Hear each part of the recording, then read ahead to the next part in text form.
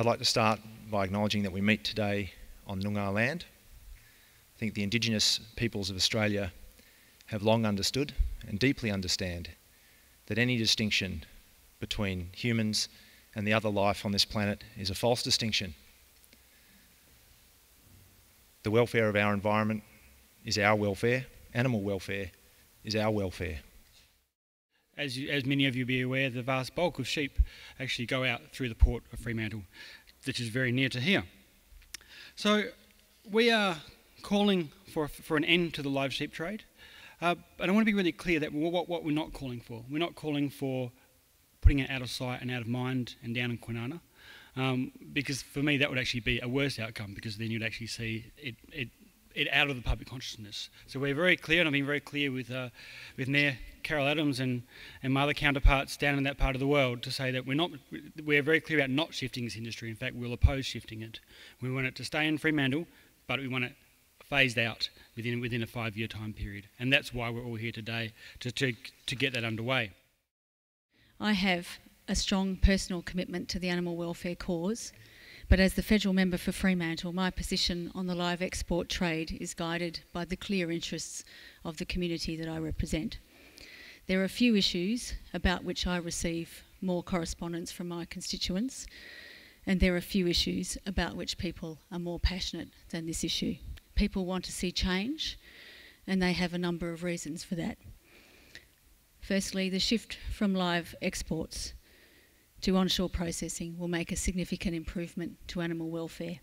There is nothing trivial or marginal about the welfare of animals. There is no excuse for failing to ensure that animals whose well-being is in the exclusive control of human beings are as free from pain and suffering as possible. Secondly, there is a general imperative for Australia to shift from being a low value-added primary producer to higher end-value production processes. Independent research has comprehensively demonstrated not only the economic feasibility, but the economic advantages of the transition to an onshore processing industry. The ACIL Tasman report found that a sheep processed in Western Australia will be worth 20% more to the economy than a sheep that is exported overseas for slaughter. The report found an additional 2,000 jobs would be created if 2 million of the sheep that are currently exported live were processed domestically. The report also found that a large majority of the jobs that currently exist in the live export trade would continue to exist in the sheep meat export trade. In 2008, while the live export trade generated $341 million for the Australian economy, the sheep meat export trade generated $1.5 billion for the Australian economy. This is the direction that the global market is headed. We need to make this transition so that we can maximise the benefits to our economy, to our jobs, and to animal welfare.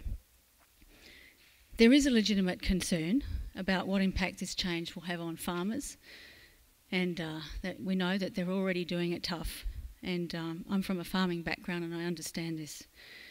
That is why no one is calling for an immediate cessation of the live export trade, but for a gradual phase out, and for a steady substitution in Middle Eastern markets of live export sheep with processed sheep meat. This is about adding value, it's about creating and preserving local jobs, and it's about supporting a local meat processing capacity. I've met with the Federal Minister for Agriculture on this issue to press this case. The current government position is a continuation of the live export industry. I hope to see this changed, and a number of my federal caucus colleagues hope to see this changed, and we will continue to argue within the caucus for this result.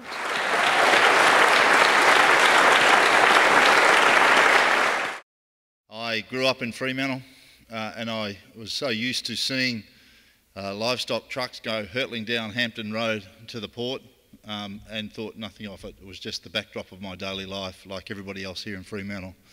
And as we become more and more conscious, as we go through our lives and think of the impacts that we have on our environment and those around us, we start to hope that there is something about what we do in our daily lives that actually improves the lot of everybody in our society, including the animals in our society. And that's the sort of thing that drove me to stand for state parliament, and that's the sort of thing that now continues to motivate me to see what we can do to make a positive change in our communities. What's been happening lately is a week does not go by where literally I do not get somebody who wants to join our organisation, give freely of their time, volunteer. I spend a lot of time on the email. People want to get involved and really help, and I've been in volunteer management a long time, and this has really been unprecedented for me. So we're really feeling a huge momentum, and we have a fantastic amount of support, which is great.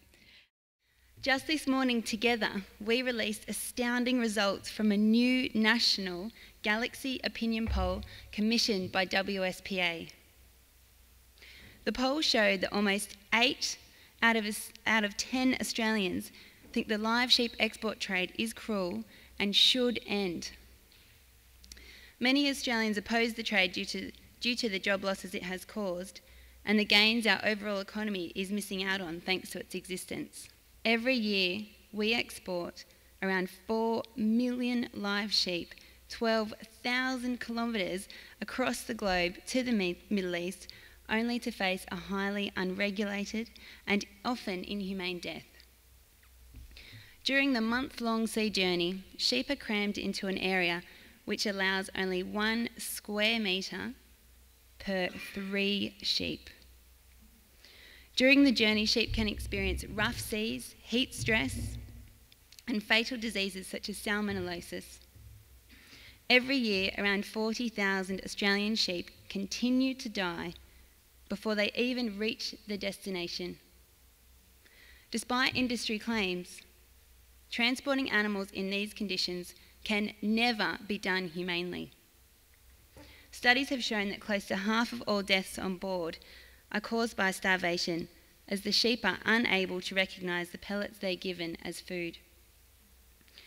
Sadly, these may actually be the lucky ones.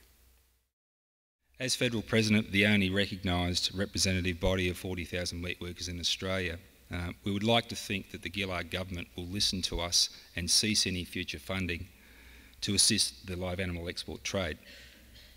At the last budget allocation of funding to the live exporters was just another kick in the teeth for our members and the Australian meat processing sector.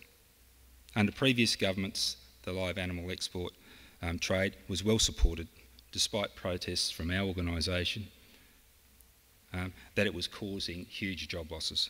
The Meat Workers Union has said that although it is important to ensure that animals exported were treated properly, the problem could be stopped by reviewing existing live animal export policy and allowing struggling processors in Australia to meet the demand. A phasing out of live animal exports by 2015 will give confidence to our members in relation to job security.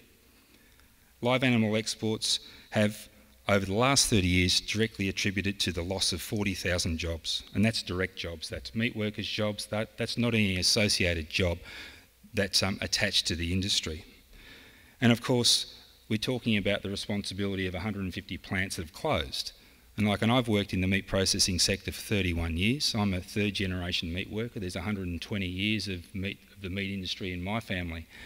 And clearly I think it's absolutely disgraceful within my tenure within the industry, and I still think I'm quite young in comparison to many meat workers who we represent, that there can be so many plant closures and that there can be so many job losses. Only last week in my home state in Tasmania, the biggest processor being JBS Swift stood down 90 workers because of live animal shortages. Now think about that.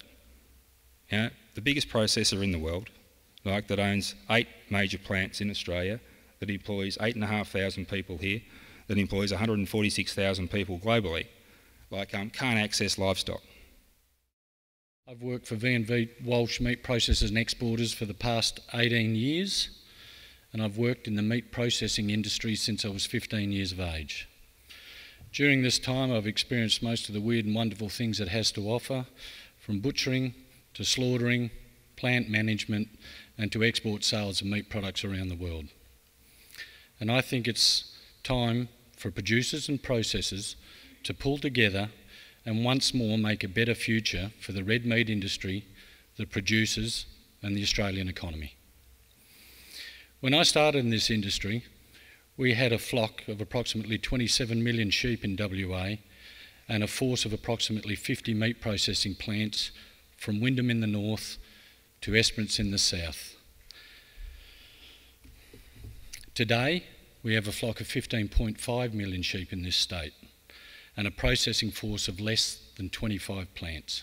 In the last year, V&V Walsh spent millions of dollars maintaining their plant and could only operate their sheep processing floor for 3 days a week for the months of June and July. This was due to a lack of available stock to process.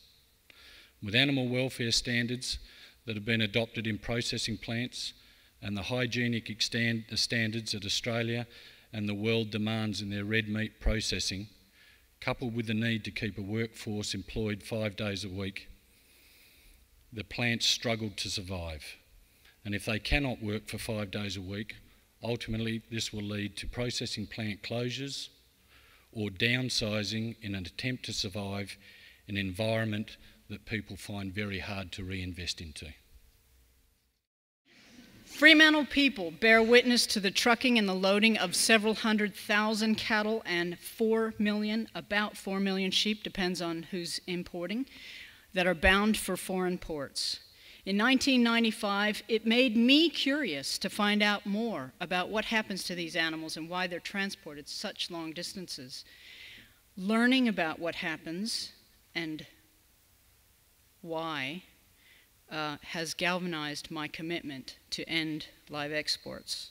As an activist, I lobbied all the parties to adopt policies to end live exports, but they wanted evidence of the suffering and they wanted evidence of the job losses. May I point to just some of the reports that we have available, starting way back from PACAT's first report called The Live Export Trade, an Economic Dead End for Australia, 2002. These reports have gone on for years. In fact, now the government itself publishes investigations of the massive mortalities that occur in this trade on the website. You can download it, you can get all the details of exactly how and why these animals die. It is there for you to see. Our own state government has had several inquiries looking into the livestock industries in this state because, as you've heard from V&V Walsh, from Paul Crane tonight, it has been decimated by a lack of constant supply. The evidence is compelling and overwhelming, and honestly, we don't need any more evidence.